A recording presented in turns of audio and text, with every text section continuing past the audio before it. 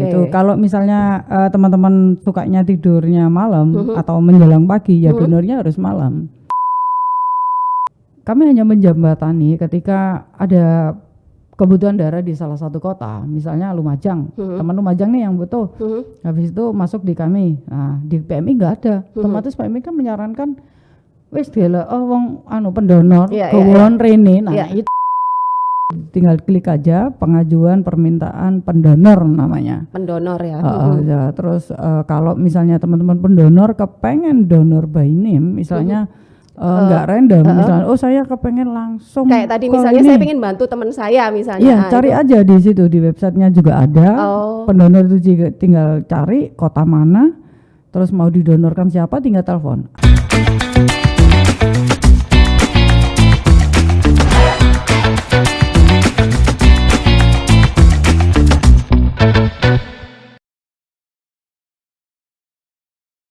Kembali lagi ke podcast Harian Surya dan Tribun Jatim Network, cakap sana, cakap sini dengan saya Vivin Maidarina.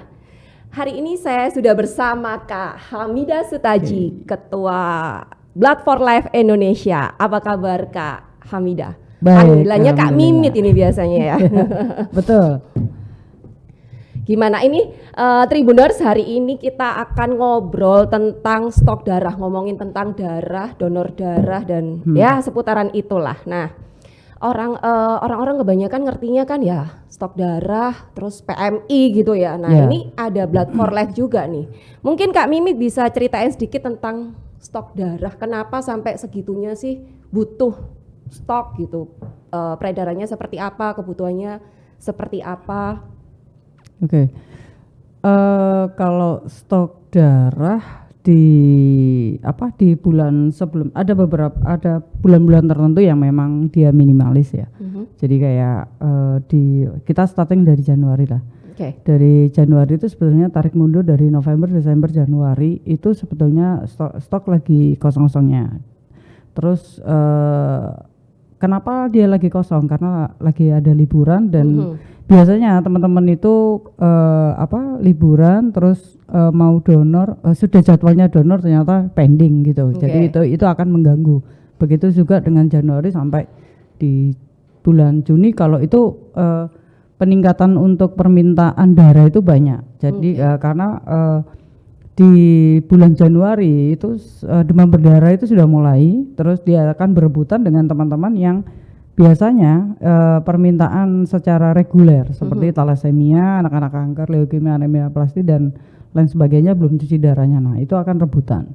Nah, itu akan diperparah lagi pada saat sekarang di bulan Ramadan ya. Jadi di bulan Ramadan ini bukannya terganggu, kalau di Surabaya mungkin masih oke ya, tapi tetap mengkhawatirkan di 2 minggu awal itu sudah agak istilahnya permintaannya, kalau permintaannya itu agak terganggu. Nah, dia tidak terganggu ketika pendonor tetap itu semakin bertambah atau waktunya donor ya cepat-cepat segera donor, jangan dipending-pending gitu. Kayak gitu. Jadi kebanyakan memang karena biasanya high season waktu liburan justru sulit mendapatkan donor, kemudian nah ngomongin Ramadan, Lebaran itu biasanya berarti stoknya agak menipis ya. Apa mungkin mereka takut ya? Sebenarnya puasa boleh nggak sih donor? Boleh. Jadi donor itu sebetulnya tidak melihat bahwa kamu puasa atau tidak, tapi yang dilihat adalah kondisi fisiknya. Sekalian deh, syaratnya donor apa nih? Kalau syaratnya donor itu paling enggak tidur 8 jam kan. Itu kalau misalnya teman-teman sukanya tidurnya malam atau menjelang pagi, ya donornya harus malam. Jadi kalau misalnya memilih waktu donor, memilih waktu. Misalnya saya memilih waktu donor hari Sabtu, berarti hari Satu minggu sebelumnya harus badan saya harus treatment. Persiapannya gitu. 1 minggu ya, kurang 1 minggu. Kalau 3 hari kayaknya kurang, kecuali kalau memang donornya sudah rutin. Tiba-tiba kayak saya biasanya donornya rutin, tiba-tiba 1 tahun nggak donor, 2 tahun nggak donor, itu sudah harus nol lagi ya, nggak bisa dalam waktu 3 hari gitu. Terus makannya harus diatur. Kalau 1 bulan 3 bulan sebelumnya makannya ngawur ya 1 minggu kalau mau donor ya harus ditertibkan, harus seimbang antara sayur, buah dan air putihnya. Otomatis juga tidur. sehat ya kalau mau donor. Secara otomatis. Setelah itu terserah. Oke. Berarti tadi kembali lagi kalau syaratnya seperti itu, waktu puasa sebenarnya tidak masalah. Nggak masalah. Asal memang tubuhnya fit, tubuhnya sehat gitu ya. Iya. Jadi saya pernah melakukan donor pada saat puasa, menjelang buka puasa itu di jam 4. Oh, triknya gitu. Berarti mendekati buka ya? Boleh, terserah. Jadi kalau misalnya hari itu kita yakin kondisinya baik-baik saja ya silakan donor. Tapi kalau kondisinya tidak baik-baik saja, tapi keinginan kuat untuk pengen donor, jangan. Ya memang urusannya untuk nolong orang, tapi kan persoalannya masa dirinya sendiri dievakuasi kan nggak mungkin. Itu. Jadi sebelum nolong orang ya juga sadar diri dulu gitu. Kalau pendonor harusnya harus sadar diri untuk dia kapan kondisinya memang waktunya donor dan tidak. Meskipun tanggalnya sudah waktunya donor, tapi kondisinya nggak memungkinkan, lebih baik jangan. Karena pasti akan ditolak. Tapi biasanya kan dites dulu kan sebelum donor gitu kan? Ya. Ada tes kesehatannya dulu kan? Iya. Saya kan sukanya nggak ditolak ya Mbak. Oh iya, sama kalau daripada nanti sakit hati. Biar nggak ditolak itu tadi itu ya jaga. Treatment tadi ya. Daripada nanti sakit hati ditolak ya, mendingan sadar diri dulu. Nah biasanya kalau setelah ditolak gitu, boleh donor lagi ya setelah fit kembali berarti? Boleh. Penolakan itu terjadi pada saat saya plasma konvalesen dan saya tahu penyebabnya apa, dan kemarin pada saat di Semambung itu di Purwodadi saya ditolak, dan memang saya memaksakan diri dan saya tahu penyebabnya kenapa itu ditolak. Apa itu? Gitu.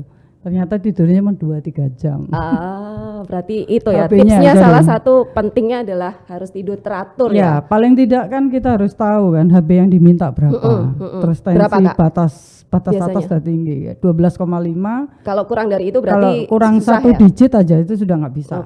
Misalnya 12,4 udah disuruh minggir. Gitu.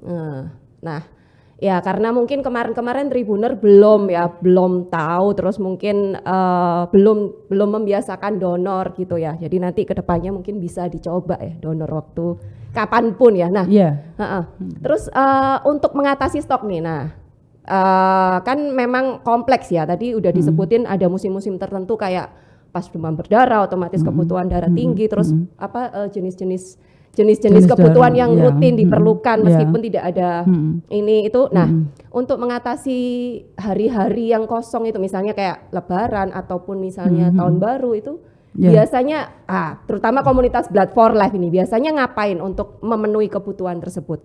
Jadi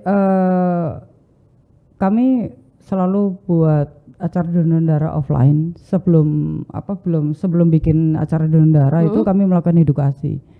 Dengan edukasi itu target kami adalah di usia pemula, yaitu 17 tahun atau di kantong-kantong masyarakat yang memang tidak pernah teredukasi. Ketika edukasi itu terjadi terus menerus dengan penambah nanti pada saat bulan tertentu itu datang, nah itu sedikit tidak mengkhawatirkan karena pendonor rutinnya akan bertambah.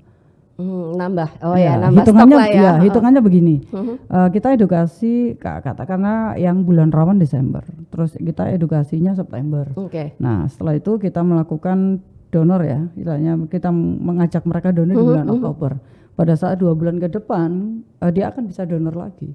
Padahal yang sebelumnya dia belum sudah meregenerasi itu gitu. Karena untuk menggantikan teman-teman yang memang tidak bisa donor lagi karena belum waktunya. 1, 2 karena menggantikan teman-teman pendonor yang sudah lansia yang tidak bisa donor lagi. Itu belum lagi yang luar kota dan teman-teman pendonor perempuan yang sedang menstruasi dan sebagainya. Itu banyak kemungkinan gitu.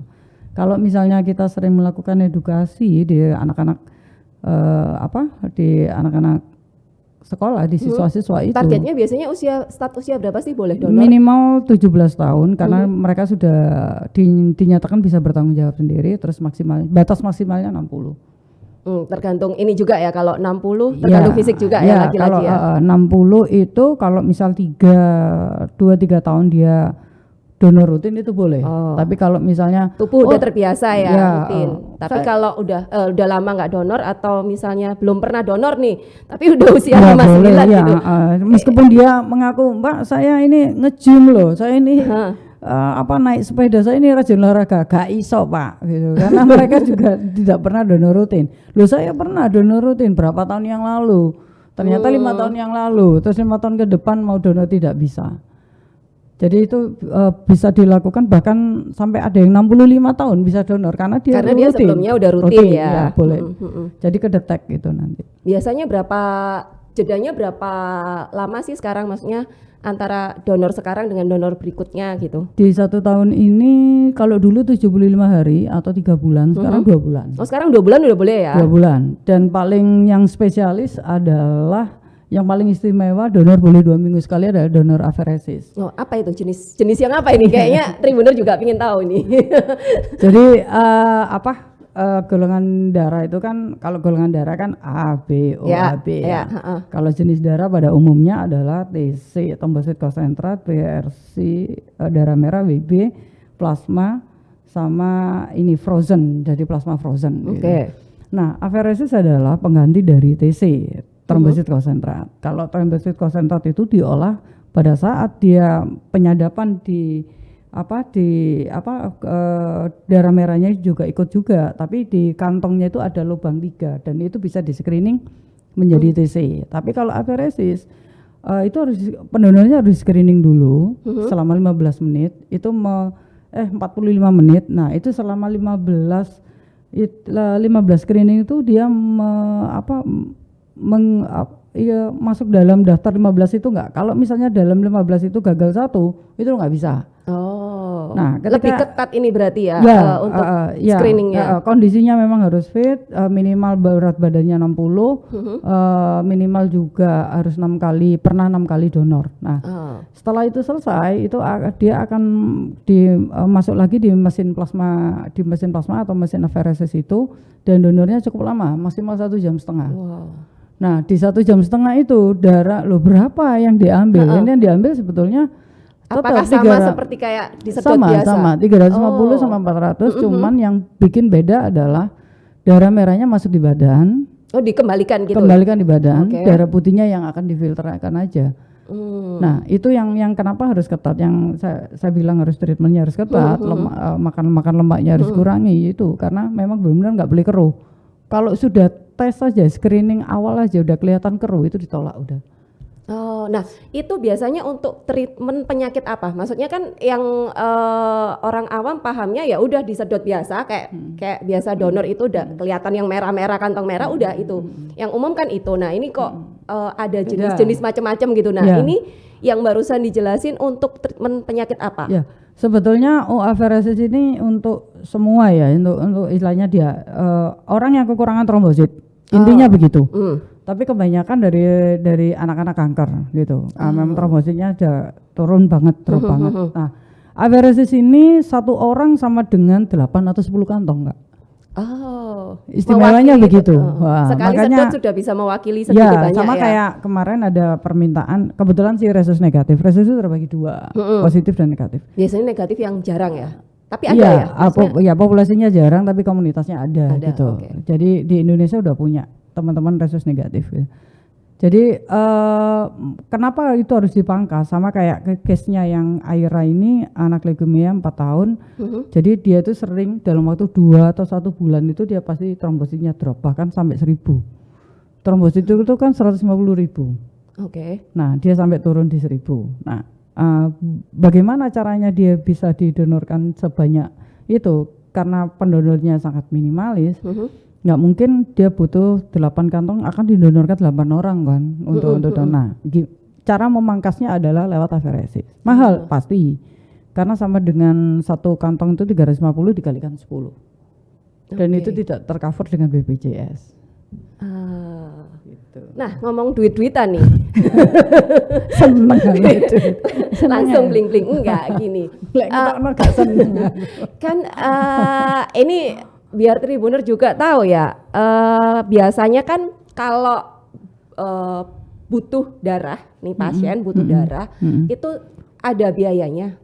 Pasien ya butuh. Sementara ketika kita menyumbangkan darah kan kita memberikannya gratis. Nah itu ada biaya operasional atau apa, sehingga kan harusnya kan sama-sama. Misalnya saya kenal misalnya ada keluarga Siapa? temen, Kenal siapa? keluarganya temen gitu, iya. terus butuh darah saya kasih gratisan gitu kan, harusnya bisa terima gratisan juga dong temen ini. Harus, iya, Nah, harusnya tapi terima. terima gratisan. Tapi kenapa setiap treatment, maksudnya ya ketika treatment di rumah sakit tetap ternyata muncul biaya itu gitu? Ya. Itu biasanya buat apa? Ya, ini ada dua ya. Keluarga pasien itu sangat bingung gitu dengan pembiayaan ini. Jadi kalau dari PMI memang betul ada satu kantongnya ada biaya yang harus terbayarkan 350.000 per kantong, dan itu istilahnya untuk pengolahan darah. Kayak kantongnya darah itu kan kita belum bisa bikin. Iya, nggak bisa pakai kantong, tetap pakai aja nggak bisa gitu kan. Oke, kantong khusus jadi, lah ya. Itu dari Jerman, Korea kalau nggak salah, Jepang gitu. Kalau Indonesia masih belum bisa bikin karena ada suhunya sendiri. Terus kita sebagai pendonor itu di screening. Jadi ada beberapa screening darahnya sakit, yang di screening ya. Darahnya jadi di setelah tes awal tadi ngomongin HB, tekanan darah, setelah kantongnya diterima itu screening ini screening, ya? Enggak serta merta kalau misalnya aku butuh, iya nih langsung kasihkan, nggak bisa, itu harus screening dulu. Nah, screening itu akan menentukan pendonor ini punya sakit apa ya. Kalau memang punya sakit tertentu, ya mereka akan disurati secara privacy, terus habis itu dia disarankan untuk lab kembali untuk memastikan bahwa diagnosanya PMI benar atau enggak gitu. Berarti ketika tadi datang udah nggak ditolak, bisa jadi habis screening kebuang juga ya darahnya ya. Iya, saya itu paling deg-degan kalau terima suratnya dari PMI. Kalau terima suratnya dari lain nggak masalah ya. Nggak masalah gitu. Kalau karena dari itu PMI kayak pengganti tes lab ya kayaknya ya. Betul. Jadi makanya saya suka donor itu bukan urusan untuk menolong orang lain lagi ya. Ya aku tes lab gratis lah. Download istilahnya. Yang lain kan nggak ngerti. Iya, gitu. iya. Jadi sekalian bisa ketahuan. Jadi misalnya apa tuh yang biasanya reject atau kebuang tuh? Hepatitis atau apa? Iya, hepatitis, sifilis, HIV, terus karena di awal screening nggak mungkin kelihatan ya, karena cuma HB sama ini aja ya. Karena di sana kan nanti kan ada darah itu akan terkarantina gitu. Jadi memang tidak bisa setetes saja kalau penyakit menular akan cepat, apalagi nih sekantong. Iya. 250 sampai 300 cc lagi gitu. Jadi kayak gitu, jadi nggak bisa serta-merta. Itu pun kalau ada permintaan darah harus screening lagi, namanya crossmatch. Jadi orang minta darah, datang di PMI, butuh sekian kantong, itu nggak langsung, oh ya ini stoknya ada, ini wes bawaan pulang, enggak. Itu harus ada namanya crossmatch, harus dikroskan lagi jenis darah apa yang dibutuhkan, bukan golongan darah ya. Biasanya ada kesalahpahaman antara golongan darah dan jenis darah. Kalau golongan darah udah ketahuan lah ya dari awal udah ini, tapi ternyata ada butuh screening dan itu yang membutuhkan biaya operasional tadi akhirnya. Betul. Ya, gitu. Nah, ngomongin PMI sama Blood for Life nih, koneksinya gimana nih? Kan maksudnya Tribuner juga taunya aku pokoknya nyumbang darah yang ngertinya PMI gitu kan. Iya dong. Kenapa ternyata ini ada muncul dan komunitasnya se-Indonesia ternyata ini Blood for Life ini ya. Boleh diceritain dikit, maksudnya Blood for Life dulu itu pinginnya kayak gimana sih? Kami hadir untuk nasional gitu ya. Jadi kampanye. Jadi gini, pada saat itu cerita founder nih, foundernya Blood for Life di 2009, kami hadir di 2009 ya. Jadi orang tuanya butuh transfusi dan ngantri banget gitu. Terus habis itu belum screeningnya dan sebagainya. Pada saat itu dia pegang gadget, kalau ini saya bantu lewat sosmed gimana ya? Ternyata klik. Waktu itu zamannya masih milis. Jadi milis kenal nggak milis? Tahu lah. Iya. Jadi ketahuan ya tuanya. Broadcast tapi lewatnya milis ya. Kan masih belum ada milis dan Facebook kan waktu itu. Terus Twitter, IG masih belum ada. Terus founder kami Valencia Mikeranda bikin akhirnya. Nah, Blood for Life, kenapa PMI dengan Blood for Life itu memang bersinergi? Kenapa kami hadir? Karena kami melihat ketika orang butuh di kota manapun pada saat tidak setiap hari sih. Kebetulan kalau hari ini Surabaya orangnya sehat-sehat saja bisa donor, ke orang butuh bisa langsung menerima transfusi. Itu dalam arti tetap ada kebutuhan tapi tetap ada donor yang rutin gitu, pendonor yang rutin gitu ya maksudnya ya. Berbeda dengan kota lain. Misalnya kalau bulan puasa ini kami lihat di Instagram kami, di akun kami Sekalian Kak disebutin apa ya, Blood for Life ID, for-nya 4 Life ID gitu. Blood 4 Life ID. Ya, Blood for Life ID. Nah, itu kebanyakan kayak teman-teman di Jakarta gitu ya. Salah satu stoknya itu pasti habis, golongan darah A, B atau O. Begitu juga dengan UTD PMI yang ada di Kabupaten Jawa Timur. Jadi kami hanya menjembatani ketika ada kebutuhan darah di salah satu kota, misalnya Lumajang, teman Lumajang nih yang butuh, habis itu masuk di kami. Nah, di PMI nggak ada, otomatis PMI kan menyarankan, wis gila, wong pendonor, kewon rene, nah itu yang bagian kami gitu. Jadi kami akan melakukan verifikasi data. Lintas kota juga nggak? Misalnya kebutuhannya di Lumajang nih, sementara teman yang bersedia nolong di Surabaya. Kita maksimalkan di kota tersebut. Jadi tapi karena jaringannya Blood for Life udah di mana-mana, jadi tinggal nyariin kota sesuai dengan kebutuhannya. Kalau masuk di admin kami yang paling banyak adalah UTDRS AA Malang, Kota Malang. Jadi Malang ini sangat dalam waktu 1 bulan ada di puasa ini aja udah ada 2-3 orang gitu, 2-3 pasien yang masuk di kami, belum lagi yang kedetek yang lainnya. Jadi kami memaksimalkan teman-teman di kota setempat untuk segeralah berdonor sesuai dengan golongan darah yang dibutuhkan. Jadi ketika saya nih punya posisi saya nggak di Malang, tapi saya punya teman banyak di Malang. Broadcast itu akan saya share ke teman-teman. Semakin banyak yang share, semakin banyak orang yang tahu butuh, semakin banyak semakin cepat dia terpenuhi transfusinya. Jadi kecepatan itu yang kita butuhkan. Nah di teman-teman PMI mungkin masih belum arah ke sana ya, masih bingung ya apa nulisnya gitu. Jadi arep verifikasi itu kok cek angel ya, jadi banyak. Jadi kami hadir untuk itu. Gak berani komen itu.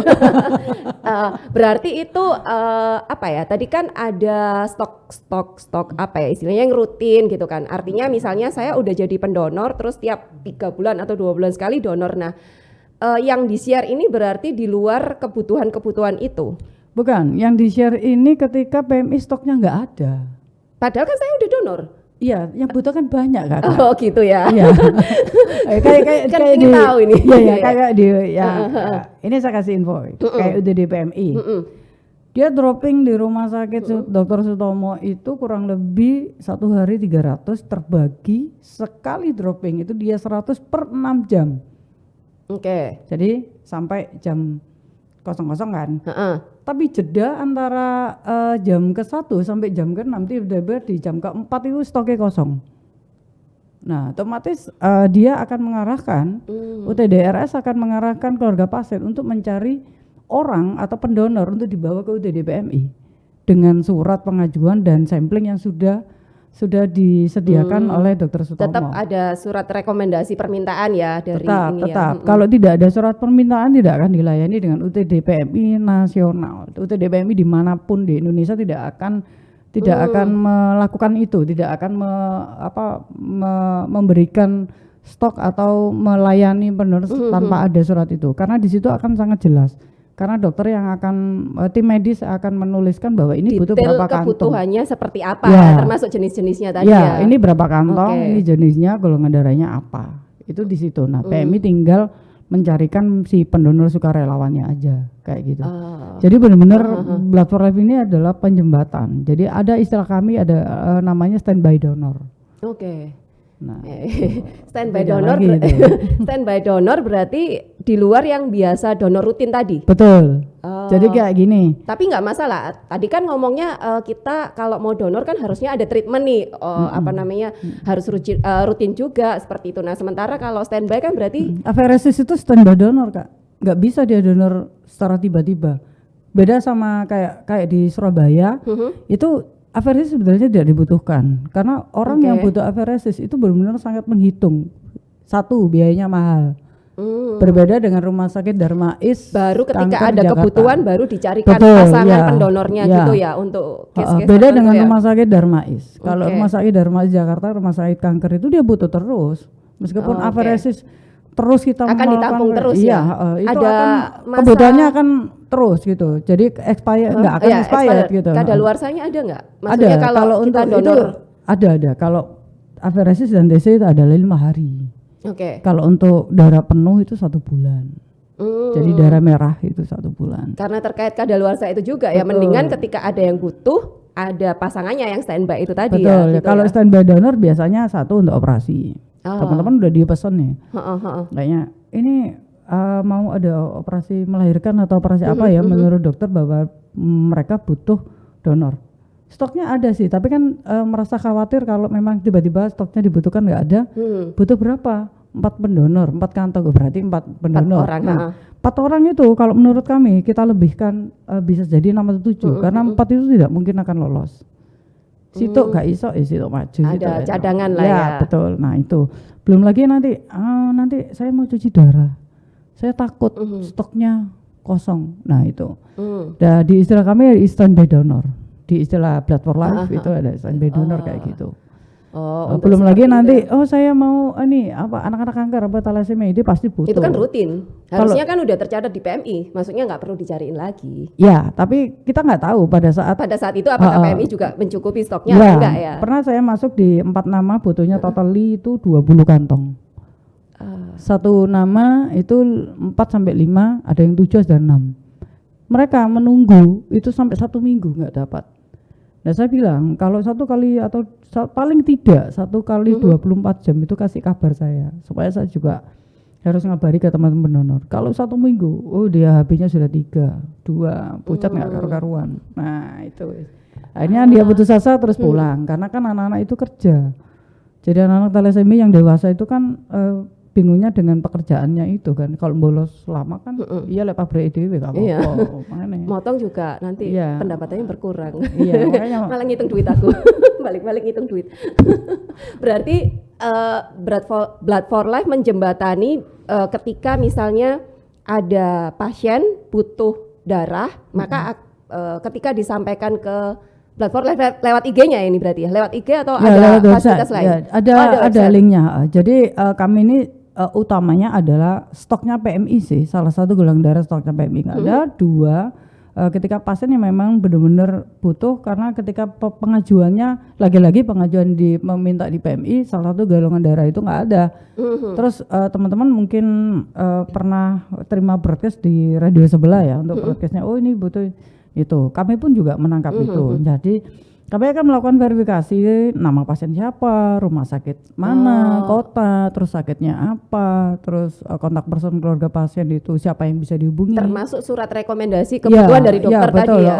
Untuk memastikan bahwa memang benar-benar permintaanmu itu masuk di BMI. Berarti Blood for Life membantu verifikasi itu, kemudian mencarikan pasangannya. Verifikasi untuk Blood for Life sendiri ya, untuk dinaikkan ke untuk e-flyernya, untuk postingannya. Untuk broadcast itu tadi ya. Betul. Jadi kalau memang surat itu belum masuk, pendonor ada tetap tidak bisa donor, Kak. Karena saya donor atas nama siapa? Nggak tahu. Kalau suratnya masuk kan, ini nama ini, karena formulirnya beda. Kalau beda kayak misalnya saya datang langsung ke PMI nyumbang aja, beda dengan random, beda dengan ketika ada butuh pasangannya itu tadi ya. Coba kalau Kak Win ingat-ingat form-formnya pendonor pertama dan pendonor tetap itu kan beda, putih sama biru. Nah kalau Surabaya pendonor yang langsung by name itu langsung untuk pasien itu kuning dan di lantai 2 ngambilnya. Dia tidak akan di bawah. Gitu. Saya nggak pernah yang ke lantai 2 sih, masih taunya yang lantai 1. Sekalinya melantai. Jadi beda karena kebutuhan itulah maka Blood for Life hadir ya.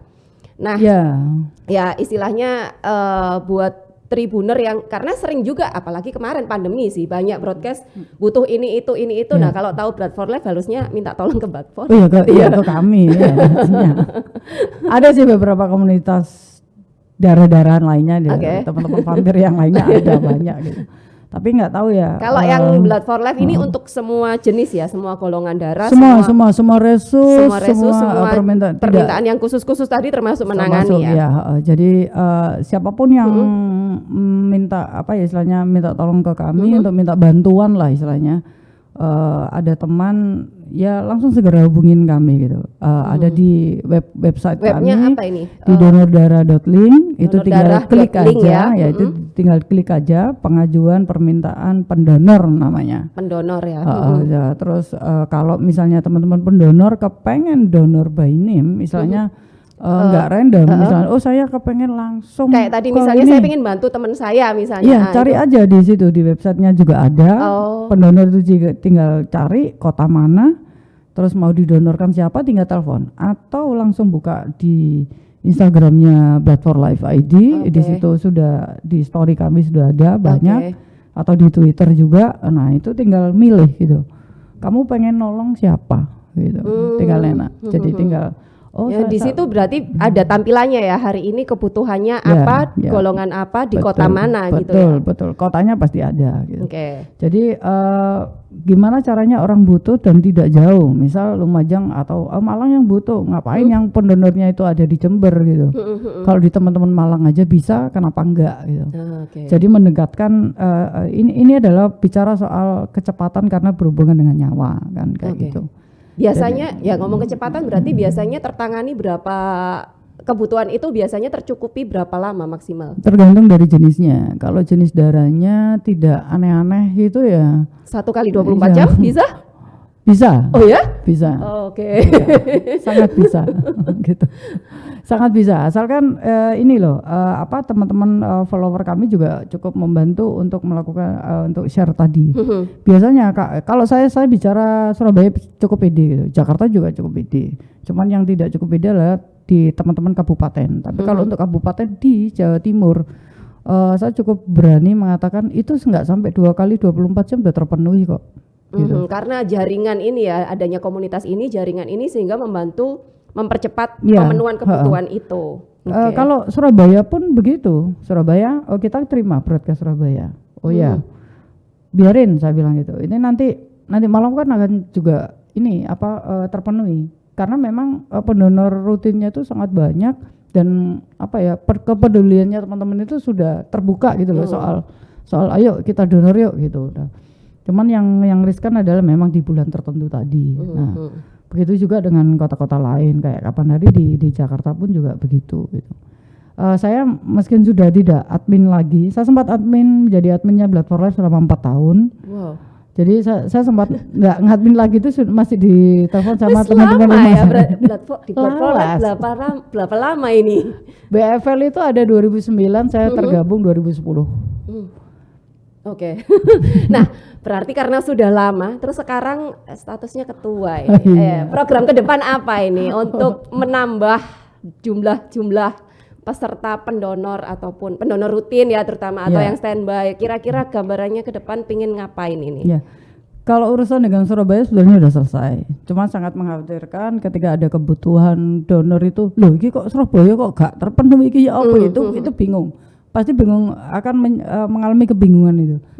Tapi bingungnya itu kita 3-4 jam itu kita targetkan itu udah terpenuhi. Nah sekarang BFL karena saya sudah bergerak di nasional, kalau untuk urusan Jawa Timur saya bergerak di kabupaten, jadi donor untuk desa. Sama kayak kami membuat di Oma Padma, rumah budayanya Mbak Wina itu di Purwodadi. Karena Mbak Wina juga suka melakukan kegiatan sosial. Akhirnya kami bikin reguler, dan dengan senang hati kami untuk melakukan itu. Kami akan melakukan jejaring, sinergi dengan teman-teman yang ada di kabupaten supaya stoknya aman. Jadi mereka tidak panik gitu, tidak harus datang ke kota-kota besar kayak Surabaya, Sidoarjo, aku pengen donor tapi nggak tahu di mana gitu kan. Dibuka pos-pos di akhirnya kita kami jemput bola, bersinergi dengan teman-teman yang ada di istilahnya, entah itu rumah budaya, base campnya teman-teman yang bersedia di kabupaten, di daerah-daerah gitu lah ya, bersedia untuk dijadikan tempat untuk donor darah. Betul gitu ya. Biasanya kan di kelurahan dan kecamatan. Tapi kalau mereka tidak dekatan dengan masyarakat atau UTDPMI-nya jauh kan nggak mungkin. Misal berarti itu kegiatannya tetap kerjasama dengan PMI ya? Tetap Yang karena nyedot tetap iya, kalau saya nyedot pakai sedotan, iya, pakai sedotan jauh gitu loh, kan gede. Nah, kan PMI itu salah satunya tim memang melakukan penyadapan dan screening gitu. Kalau saya nyedot ya pakai sedotan jauh itu tadi. Jadi sebagai komunitas cuman untuk membantu menggerakkan, sementara prosedur semua tetap dilakukan oleh PMI. Tetap gitu bersinergi dengan PMI, nggak Oke. bisa, nggak bisa itu. Kalaupun bisa kan berarti kita menggantikan PMI, posisi PMI gitu. Repot, tidak mau. Beda ya. Beda, Ini beda. kerjasama ya. Nggak, bersinergi. kita ya kita hanya memaksimalkan apa ya teknologi gadget ini digital, jadi kita bergerak di sana gitu. Mudah-mudahan teman-teman Belusukan gerilya ini berarti. oh ya. iya, Gerilya selama benar-benar ngajak nih teman-teman. Nggonmu iso enggak ya digawe acara donor darah ngono. Soalnya termasuk menggandeng mungkin komunitas-komunitas lain gitu betul, ya. Betul. Kan nggak mungkin misal kayak di Pasuruan itu. Ini UTD PMI-nya di posisinya Kota Bangil, mau ke arah mana ya? Ke arah apa? Timur, barat, selatan, utara. Dia timur. Nah, mau ke arah Grati, nah ya di Kota Bangil arah Grati, sementara pendonornya itu posisinya di Purwodadi, itu kan sangat jauh. Ya maksudnya kalau pendonornya sendiri untuk inisiatif sementara ke sana kan ya jauh. Iya, ya, sementara makanya, Kabupaten Pasuruan itu kan sangat luas gitu. Jadi nggak mungkin mereka akan donor. Itu saya sesuai kok ketolak mbek TN sini. Kalau sesuai nang dalan. Kesuwen. Perjalanannya udah bikin keringetan ya. Lelah, gitu. Lelah. Kami akhirnya mengajak, menggandeng kantong-kantong itu. Menangkap ke daerah-daerah lah ya supaya nggak perlu jauh-jauh ke PMI-nya. Ya, misalnya di PMI Sidoarjo di dekatnya tol itu di Lipo. Nah, dia rumahnya di Tanggulangin sana. Bodoh Sidoarjo ini padahal masih ada, tapi kan tetap jauh tetap. ya. Oke. Capek jadinya. Gitu. Jadi dibikinin berarti nanti Blood for Life juga mendampingin itu kegiatan rutin. Misalnya udah kayak tadi misalnya di Omah Padma gitu. Berarti nanti rutin berkala akan bantu bikin aksi donor darah itu ya. Jadi urusan PMI kami yang uruskan. Tapi kalau untuk urusan target pendonor dan sebagainya, tuan rumah lah yang akan membantu atau mendatangkan pendonor. Jadi yang namanya kolaborasi kan tidak bisa itu dilakukan dengan sendiri, tetap kolaps. Jadi apapun urusannya dengan PMI, Blood for Life akan ngurusin itu semua, mendatangkan petugas, terus ngurusin administratifnya dan termasuk dan sebagainya. Proses edukasi tadi ya. Betul. Kan ketika registrasi ketika registrasi itu kami akan turun, dan ketika kalau ada teman-teman kader yang ikut, ya kami akan mengedukasi teman-teman kader atau pendonor yang akan mengisi registrasi itu kan. Nah, supaya ketika dia donor lagi ingat bahwa yang nggak boleh ini minum herbal. Kan mungkin bisa dikategorikan bukan obat atau jamu, orang-orang daerah sukanya. Nggak boleh. Tetap nggak boleh ya. Nggak boleh. Tapi misal karena ketidaktahuan si pendonor terus dia tetap donor, apakah ya itu tadi akhirnya dari tim registered itu kan yang akan ketolak. Kalau memang dia masih tetap ngotot, ya udah kita persilakan. Akhirnya kena screening di tadi petugas ya. itu yang akan nolak kan. Nah, pasti akan ditanya ulang. Pertanyaannya diregis dengan petugas itu paling tidak sama. Jadi ketika kita melakukan regis itu adalah screening awal gitu, supaya kalian tidak ketolak gitu. Tapi kalau misalnya tetap nggak bisa nih, saya harus ke petugas nih, silakan. Akhirnya pentingnya edukasi juga di situ, sehingga kedepannya misal dia kepingin mau donor lagi, jaga itu tadi, maksudnya ya benar-benar jaga tubuhnya biar fit, biar ya nggak perlu minum-minum itu dulu lah ya seminggu gitu lah ya. Kan nanti kalau menjelang acara event donor darah itu kan ada informasinya ada publishnya lah ya, itu satu minggu sebelumnya dipersiapkan. Dia kan tahu tahu. Jadi paling enggak publish itu kan ada 1 minggu atau 2 minggu sebelumnya. udah fix ketahuan tanggalnya, ya udah dipublish terus. Nah, dia nanti akan menyiapkan, dia pasti tahu minum ini karena sebelumnya sudah diinformasikan. Gitu. Oke deh. Kayak gitu. Penutup Kak, pesan dan sudah tutup. pesan-pesan buat Tribuner Kak, apa Kak? Gitu. Dari teman-teman Tribuners, kalau memang kalian sudah menjadi pendonor tetap, memang sudah waktunya donor, jangan dipending-pending. Karena pada saat kalian menginginkan donor, pada saat itu ya kalau rezekinya sehat, kalau tidak gitu. Terus buat teman-teman pendonor tetap juga ajak teman-temannya yang memang belum pernah donor. Kayak MLM. Jadi lagi urusannya ambek lansia soalnya. Lansia wis entek sing enom regenerasi itu tadi ya. Ya, jadi regenerasi. Terus apa ya istilahnya? Tidak ada persyaratan khusus sebetulnya kalau untuk jadi pendonor itu. Batas usia minimal 17, maksimal 60. Kalau misal kalian kepengen donor dimanapun itu sebetulnya sah-sah saja. Misalnya, sekarang saya Surabaya, saya harus donor ke Surabaya terus enggak. Dimanapun, siapapun. Misalnya pas ada butuh, saya tugas ke mana gitu. Boleh, terus boleh, ya. Pas boleh. bisa di sana enggak masalah ya. Terus yang paling penting adalah jangan sampai, bukan jangan sampai ya. Ini tergantung personal sebetulnya. Donorlah. Tapi tidak harus menunggu reward. Biasanya teman-teman donor itu menunggu reward. Gitu. Donormu wis piro rek? Oleh pin tak gak? Aku gak tahu oleh pin. Soalnya donornya nang ndi gitu. Ingatlah banyak yang butuh. Jadi angka kebutuhan darah itu masih banyak daripada angka pendonor tetapnya gitu. Jadi ajaklah teman-teman untuk segera donor, nggak sakit kok, itu cuma 5-7 menit aja. Yakin nggak sakit? Kalaupun sakit kamu yang bermasalah. Yakin nggak pingsan? Itu aja sih Kak. Oke, terima kasih Kak Mimit untuk ngobrol-ngobrol hari ini. Itulah Tribuner, ngobrol-ngobrol seputar kebutuhan darah, seputar syarat-syarat donor dan program ke depan Blood for Life. Mungkin Tribuner bisa ikutin juga IG-nya di Blood 4 Live ID dan juga ada webnya Donor Darah Link. Oke, sampai jumpa di podcast berikutnya. Cakap sana, cakap sini.